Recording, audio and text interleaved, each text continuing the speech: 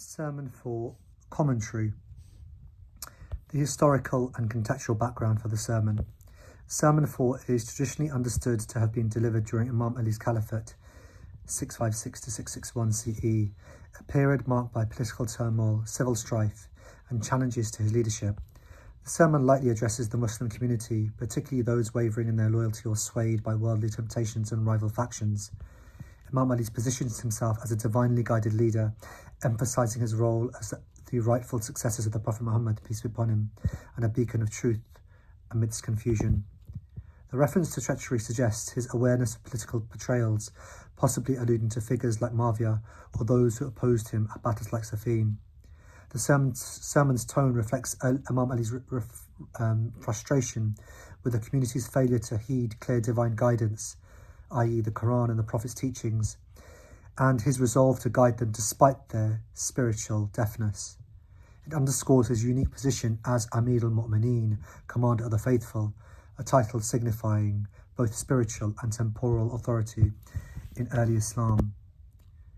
The theological and moral themes of the sermon. The sermon is rich with theological and moral insights, including guidance versus misguidance. Imam Ali presents himself as the criterion for distinguishing truth from falsehood, a role rooted in Shia theology, which views him as the divinely appointed Imam. The phrase, "Through us you found guidance in the darkness," suggests that Imam Ali alayhi salam and the Ahlul Bayt, the Prophet's household, are conduits of divine light, leading believers out of spiritual ignorance. Steadfast conviction. Ali's declaration, "I have never doubted in the truth since it was revealed to me," reflects his unshakable faith, a hallmark of his character in Islamic tradition. This contrasts with the community's wavering commitment, highlighting his spiritual certainty as a model for believers. Warning against worldly deception. The sermon warns against the allure of worldly gains, a recurring theme in Nahj al-Balagha. The metaphor of digging without finding water symbolizes futile pursuits driven by material desires or false leadership, urging believers to seek the everlasting abode, i.e. the hereafter. Prophetic parallels. The reference to the Prophet Musa alayhi salam underscores Imam Ali's prophetic parallel. Like Moses, who feared not for himself but for his people's deviation, Imam Ali is concerned with the community's moral and spiritual drift under ignorant or deceitful influences.